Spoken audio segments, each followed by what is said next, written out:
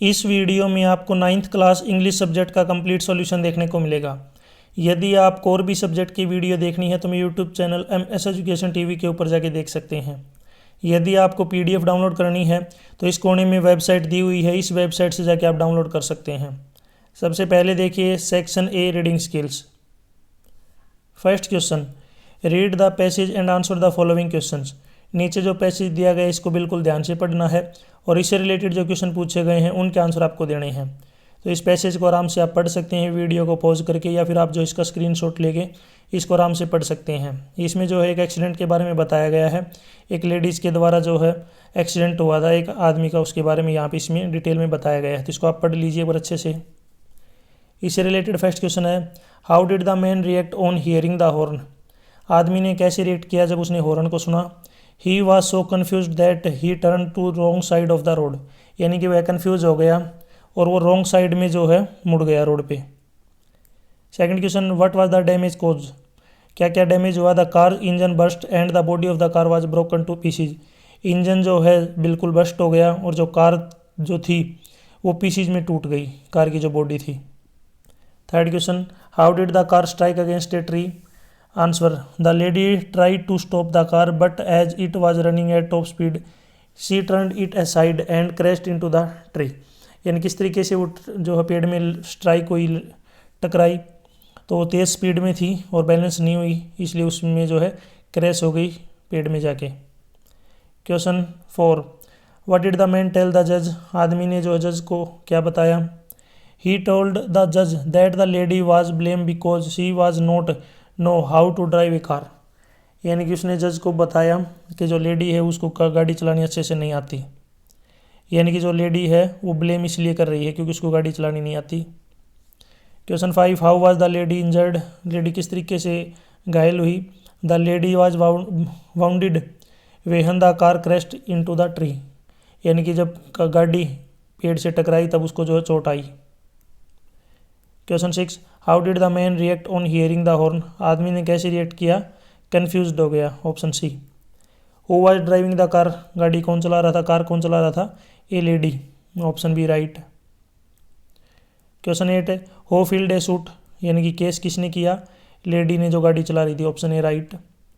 Find the same word of the word accuse from the passage. आपको जो same word बनाना है accused, accused का जो सेम वर्ड क्या होगा, तो इसका बनेगा ब्लेम।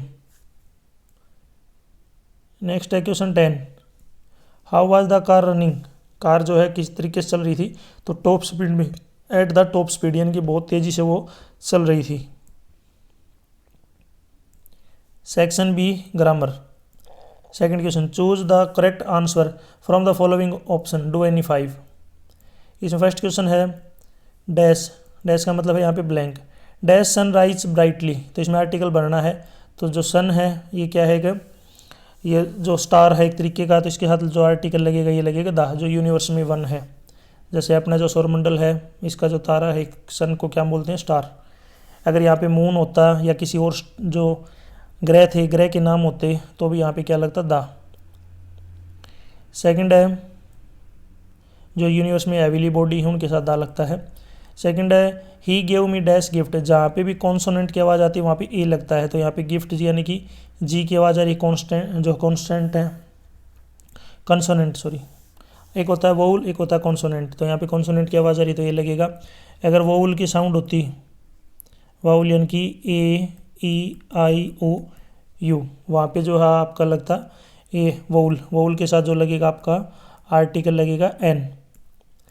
अगर यहाँ पे अपने पास कोई भी जो है जैसे ओनर होता, तो आप मुझे कमेंट सेक्शन में बताएंगे अगर ओनर आ जाए किसी लाइन में और फिर ओनर हो तो कौन सा आर्टिकल लगेगा, ए या एन। थर्ड क्वेश्चन यहाँ पे पंचुएट, ही का जो है एच बड़ा होगा, वाह छोटा रहेगा, पुअर के बाद जो है कोमा लगेगा, उसके बाद है हैंग्री एंड सैड, सैड का छोटा होगा। तो इसमें जो राइट आंसर होगा ऑप्शन सी। जो ऑप्शन ए है ये क्यों गलत हो गया, क्योंकि यहाँ पे कोमा नहीं है। ऑप्शन सेकंड इसलिए है क्योंकि ऊपर यहाँ पे सिंगल जो आपको दिख रहा होगा अपोस्ट्रोफी। थर्ड जो डी वाला है इसमें सैड का एस बड़ा है, तो इसलिए सी ऑप्शन अपना राइट है। Question 4, every boy and girl in the class dash today. Tense में जो है यहाँ पे आपको बताना कि सभी जो बच्चे यहाँ स्कूल में प्रेजेंट है, तो प्रेजेंट टेंस की बात हो रही है। यानी कि आज आए हैं, कहने का मतलब ये है कि आए हैं आज, तो प्रेजेंट टेंस की बात हो रही है, तो यहाँ पे लगेगा इज प्रेजेंट, तो इसमें ऑप्शन डी रहेगा। नेक्स्ट है 5, Siya said I am leave tomorrow, narration में चेंज करना है इसको, तो इसमें यहाँ पे जो होगा अपना Siya said that she might leave the next day, तो इसमें फिफ्थ वाले में ऑप्शन ए राइट है। Question 6, the culprit was dash find and punished, जो आपको कंजक्शन लगाना है क्या आएगा, the culprit was both find and punished, यानी कि उसके ऊपर फाइन भी लगाया गया और उसको पनिशमेंट भी दी गई। सेक्शन सी आपका राइटिंग स्किल है, इसमें सेकंड क्वेश्चन है you are Sulekha from 9th class, आप 9th क्लास की जो लड़की हैं सुलेखा है। You were found in playground during 4th period, as a result you were find 500, तुम 4th बेल में जो प्लेग्राउंड में खेल रही थी इसलिए तुम्हारे ऊपर 500 रुपये फाइन लगाया गया है। Write an application to the principal of your school requesting the remission of your fine, तुम्हें प्रिंसिपल को एक एप्लीकेशन लिखनी है जिसमें तुम्हें 500 रुपये का जो अच्छा इसके ऊपर आपके ऊपर फाइन लगा है उसको माफ़ किया जाए। सबसे पहले यहाँ पे 2, आजकल जैसे 2 वगैरह कोई लगाना कंपलसरी नहीं है, 2 फिर द प्रिंसिपल, स्कूल का नाम, स्कूल का एड्रेस, यहाँ पे डेट, लास्ट में XX का मतलब है कि जो ईयर है वो आपको लिखना है। Subject request for remission of fees, subject लिखना है। डियर सर या मैडम, बीच में आपको अपनी जो स्टोरी है उसको समझाना है।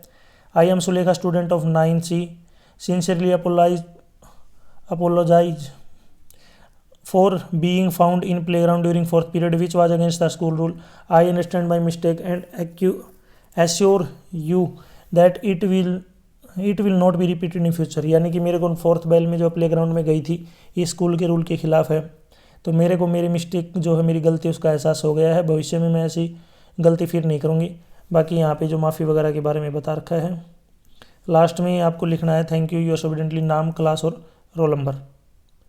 इसी की ओर में आपको एक पैराग्राफ दिया गया है कि how I celebrate my birthday, किस तरीके से मैंने जो मेरा बर्थडे है जन्मदिन उसको मनाया, तो यहाँ पे ऊपर आपको टाइटल लिखना है, फिर नीचे डिस्कस में इसमें आपको कंप्लीट लिखना है कि कैसे एंजॉय किया, लास्ट में आपको ये बॉक्स ज़रूर इसके अंदर आपको कवर करना है इसको। सेक्शन डी लिटरेचर है, इसमें क्वेश्चन 4 है, आपको पैसेज दिया गया इसको पढ़ना है और इससे रिलेटेड जो क्वेश्चन पूछे गए उनके आंसर आपको देने हैं। इससे रिलेटेड फर्स्ट क्वेश्चन है name the writer of the lesson, आपको लेसन जो दिया गया इसका राइटर का नाम लिखना है, इसका राइटर का नाम है कैथरीन मैसफील्ड। सेकंड है who was figure of feared her father, how did she bade farewell to her father, इसमें आएगा ही she said goodbye father. Next है 4 what was the name of little girl, little girl का नाम क्या था, Kezia. आप मुझे कमेंट सेक्शन में यहाँ पे जो राइटर दिख रहा है, राइटर से पहले जो ये लेसन है, लेसन का नेम आप कमेंट सेक्शन में बताएंगे। ये जो आप पैराग्राफ दिया गया है ये कौन से लेसन से लिया गया है, लेसन का नाम कमेंट सेक्शन में ज़रूर बताएं। क्वेश्चन 5 है what was her father's daily routine, उसके फादर का डेली रूटीन क्या थी।